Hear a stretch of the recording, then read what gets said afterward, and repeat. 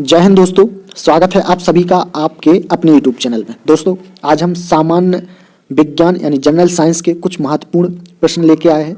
ठीक है, हमने इसके पहले जो प्रश्न है वो हमने डिस्कस कर लिए थे। अब हम यहाँ से दोस्तों 150 के बाद जो भी प्रश्न है आज इस वीडियो में डिस्कस करने वाले हैं। दोस्तों ये जो जनरल साइंस के प्रश्न हैं मध्य प्रदेश पटवारी, मध्य प्रदेश आबकारी, जेल प्रहरी और वन रक्षक के अलावा अन्य जो एग्ज़ाम है एसएससी जीडी और भी जो एग्ज़ाम होते हैं उन सभी के लिए बहुत महत्वपूर्ण होने वाले हैं। तो वीडियो को लास्ट तक जरूर देखिए। दोस्तों अगर आप चैनल पर पहली बार विजिट कर रहे हैं तो चैनल को जरूर सब्सक्राइब करें, साथ ही बेल आइकन का बटन जरूर प्रेस कर लें जिससे आने वाला वीडियो का कोई भी नोटिफिकेशन है आपको सबसे पहले प्राप्त हो सके। तो चलते हैं, शुरू करते हैं आज का वीडियो। हमारा पहला प्रश्न है, पिट्यूटरी ग्रंथि कहाँ स्थित होती है, आपको बताना है। तो दोस्तों इसका जो करेक्ट आंसर है ऑप्शन ए मस्तिष्क। ठीक है, क्वेश्चन नंबर 156, गाय और भैंस के थनों में दूध उतारने के लिए किस हार्मोन की सुई लगाई जाती है। मोस्ट इंपोर्टेंट प्रश्न है दोस्तों। तो इसका जो सही आंसर हो जाएगा ऑप्शन बी ऑक्सीटोसिन। कौन सा लगाया जाता है दोस्तों, ऑक्सीटोसिन का सुई लगाई जाती है, इंजेक्शन लगाया जाता है। अगला क्वेश्चन है कि थायराइड ग्रंथि से थायरॉक्सिन स्रावित करने के लिए उत्तेजित करने वाला अंतःस्रावी हार्मोन कौन सा है। ठीक है, तो इसका जो करेक्ट आंसर हो जाएगा ऑप्शन ए TSH। कौन सा है दोस्तों, TSH। क्वेश्चन नंबर 158, वृद्धि हार्मोन यानी ग्रोथ हार्मोन कहाँ से स्रावित होता है। ठीक है, आपको बताना है। तो इसका जो करेक्ट आंसर हो जाएगा ऑप्शन डी पिट्यूटरी ग्रंथि से। ठीक है, अगला क्वेश्चन है कि ऑक्सीटोसिन हार्मोन स्रावित करने वाली ग्रंथि है। ठीक है, तो कौन सी है, तो आपको बताना है। तो इसका जो सही आंसर हो जाएगा ऑप्शन ए पीयूष ग्रंथि। नेक्स्ट क्वेश्चन, पीयूष ग्रंथि के अत्यधिक हार्मोन स्रोत से शरीर पर क्या प्रभाव पड़ता है। मोस्ट इंपोर्टेंट प्रश्न है। तो इसका जो करेक्ट आंसर हो जाएगा ऑप्शन बी शरीर का असंतुलित विकास। क्या हो जाएगा, शरीर का असंतुलित विकास। नेक्स्ट क्वेश्चन, आयोडीन की कमी से होने वाला रोग गलगंड यानी कि गोट्रे में किस ग्रंथि की अपवृद्धि होती है। तो इसका जो सही आंसर हो जाएगा ऑप्शन ए थायराइड। कौन सा, thyroid. Option A is the correct answer. Question number 162, निम्नलिखित में से किसकी कुशिक्रिया के कारण मानव शरीर में मिक्सीडीमा होता है, आपको बताना है। तो ऑप्शन डी क्या हो जाएगा correct, option D is the correct answer. Next question, निम्नलिखित में से किसको अंतःश्वसनी तंत्र का पेसमेकर कहा जाता है। तो इसका जो सही आंसर हो जाएगा ऑप्शन ए थायरॉक्सिन। किसको कहा जाता है दोस्तों, thyroxine is the correct answer.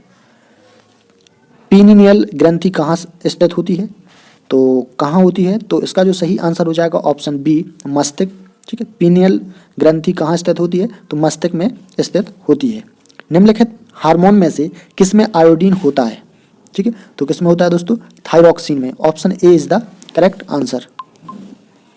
अगला प्रश्न है, निम्नलिखित में से कौन सी एक अंतःशस्त्री ग्रंथि पीयूष ग्रंथि से स्वतंत्र कार्य कर सकती है। ठीक है, आपको बताना है। तो ऑप्शन डी क्या हो जाएगा correct answer, option D is the correct answer. दोस्तों ये जो बहुत ही महत्वपूर्ण प्रश्न है जनरल साइंस के, जो हर एक परीक्षा के लिए बहुत ही महत्वपूर्ण है, तो वीडियो को बिना स्किप किए लास्ट तक जरूर देखें। वीडियो अच्छा लगे तो वीडियो को आप लोग लाइक जरूर करें। नेक्स्ट क्वेश्चन है कि शरीर में सबसे बड़ी अंतःस्रावी ग्रंथि कौन सी है। ठीक है, तो इसका जो करेक्ट आंसर हो जाएगा ऑप्शन ए अब2, जिसको बोला जाता है थायराइड। क्या बोला जाता है, थायराइड ग्रंथि। Option A is the correct answer. निम्नलिखित में से कौन सी ग्रंथि अश्रु यानी टीयर्स स्रावित करती है। ठीक है, आपको बताना है। तो इसका सही आंसर हो जाएगा ए लैक्रिमिनल। कौन सी हो जाएगी दोस्तों, लैक्रिमिनल ग्रंथि हो जाएगी। तो ए इज द करेक्ट आंसर। निम्नलिखित में से कौन सी ग्रंथि वृद्धावस्था में लुप्त हो जाती है।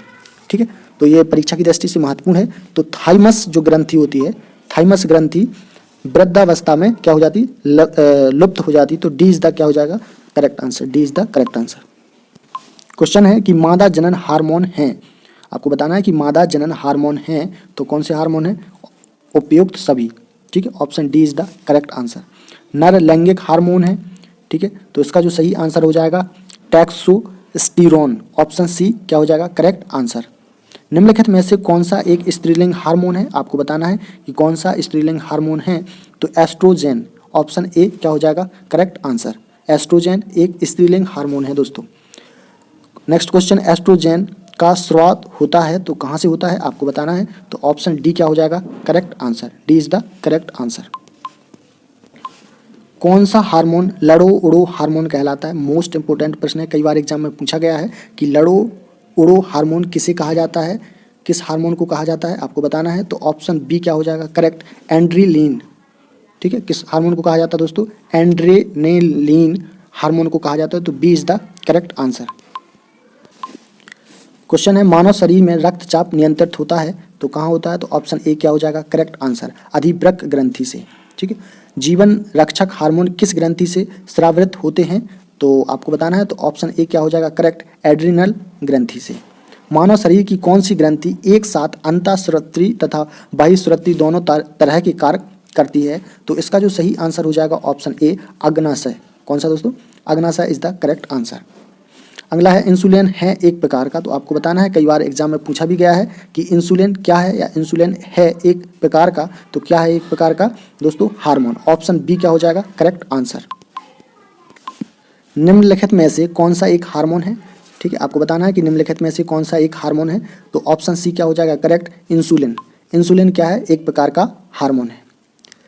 क्वेश्चन नंबर, निम्नलिखित में से किस कोशिका से इंसुलिन स्रावित होता है? बहुत अच्छा प्रश्न है और ये एग्जाम में पूछा भी गया है कई बार। ठीक है, और आपको इसका आंसर बताना है कि क्या है इसका आंसर। ठीक है, निम्नलिखित में से किस कोशिका से इंसुलिन स्रावित होता है? तो इसका जो करेक्ट आंसर हो जाएगा ऑप्शन डी, बीटा कोशिका, और एसएससी 2002 में पूछा गया है, बीटा कोशिका यानी D is the correct answer. Insulin उत्पादित होता है, तो इंसुलिन कहाँ से उत्पादित होता है? तो डी इज द क्या हो जाएगा करेक्ट आंसर, पैनक्रियाज द्वारा। पैनक्रियाज द्वारा इंसुलिन उत्पादित होता है। हमारा अगला प्रश्न है कि इंसुलिन की खोज किसने की थी? कई बार एग्जाम में पूछा गया है और इसका जो करेक्ट आंसर हो जाएगा ऑप्शन बी, बेटिंग व बेस्ट ने। अगला क्वेश्चन है कि लैंगर हैंस की द्वीपिकाएँ जो इंसुलिन का शुरुआत करते हैं स्थित होते हैं, तो ये किस में होते हैं आपको बताना है। तो सी इज द करेक्ट आंसर, अग्नाशय। मनुष्य के शरीर में पेशियों की कुल संख्या कितनी होती है? तो कितनी होती है 639, सी क्या हो जाएगा करेक्ट आंसर। मनुष्य के शरीर की सर्वाधिक शक्तिशाली पेशी है, ठीक है, ये कई बार एग्जाम में पूछा गया है। तो ऑप्शन सी क्या हो जाएगा करेक्ट, जबड़ा। जबड़ा दोस्तों मनुष्य के शरीर की सबसे शक्तिशाली पेशी है। अगला क्वेश्चन है कि निम्नलिखित में से किसकी पेशियों में स्पंदन का गुण पाया जाता है? ठीक है, तो 186, क्वेश्चन नंबर 186 का करेक्ट आंसर हो जाएगा हृदय, ए इज द करेक्ट आंसर। अगला प्रश्न है कि किस अम्ल के मांसपेशियों में जमा होने के कारण मनुष्य को थकान महसूस होती है? और ये कई बार एग्जाम में पूछा गया है। ठीक है, मध्य प्रदेश पुलिस कांस्टेबल में पूछा गया था। तो ऑप्शन ए क्या हो जाएगा करेक्ट आंसर, लैट्रक अल्म। ठीक है, ए इज द करेक्ट आंसर। मानव शरीर के निम्नलिखित अंगों में से कार्निया किसका भाग है? ठीक है, ये भी दोस्तों पुलिस कांस्टेबल में पूछा गया था। तो ऑप्शन डी क्या हो जाएगा करेक्ट, आँख। ठीक है, कार्निया किसका भाग है, आँख का। अगला प्रश्न है दोस्तों हमारा, प्रश्न है हमारा, नेत्रदान में आँख का कौन सा भाग प्रयुक्त किया जाता है? ठीक है, तो वी क्या हो जाएगा correct answer, cornea. Next question है, नेत्र में प्रवेश करने वाले प्रकाश की मात्रा का नियंत्रण निम्न में से किस अंग द्वारा किया जाता है? तो ऑप्शन डी क्या हो जाएगा करेक्ट, आइरिस। ठीक है, D is the correct answer. आँख के किस भाग पर वस्तु का प्रतिबिंब बनता है? ठीक है, आपको बताना है कि आँख के किस भाग पर वस्तु का प्रतिबिंब बनता है। तो ऑप्शन डी क्या हो जाएगा करेक्ट, रेटिना। दोस्तों रेटिना आँख के वस्तु का प्रतिबिंब बनाता है। अगला है, मानव नेत्र में उपस्थित रेटिना में रंगों में विभेद के लिए उपस्थित होते हैं। ठीक है, तो इसका जो करेक्ट आंसर हो जाएगा ऑप्शन ए, कॉन्स। क्या हो जाएगा दोस्तों, cons, A is the correct answer. Question number 193, iris का क्या कार्य है? मोस्ट इंपोर्टेंट प्रश्न है। तो इसका करेक्ट आंसर हो जाएगा सी, पुतली के आकार को नियंत्रण करना। ठीक है, सी इज द करेक्ट आंसर। प्रश्न है दोस्तों, हृदय वंचित है, तो हृदय किससे वंचित है? ऑप्शन सी क्या हो जाएगा करेक्ट आंसर, ऐच्छिक पेशी से। मनुष्य में त्वचा किस स्थान पर सबसे अधिक मोटी होती है आपको बताना है। तो ऑप्शन ए क्या हो जाएगा करेक्ट, तलवे पर।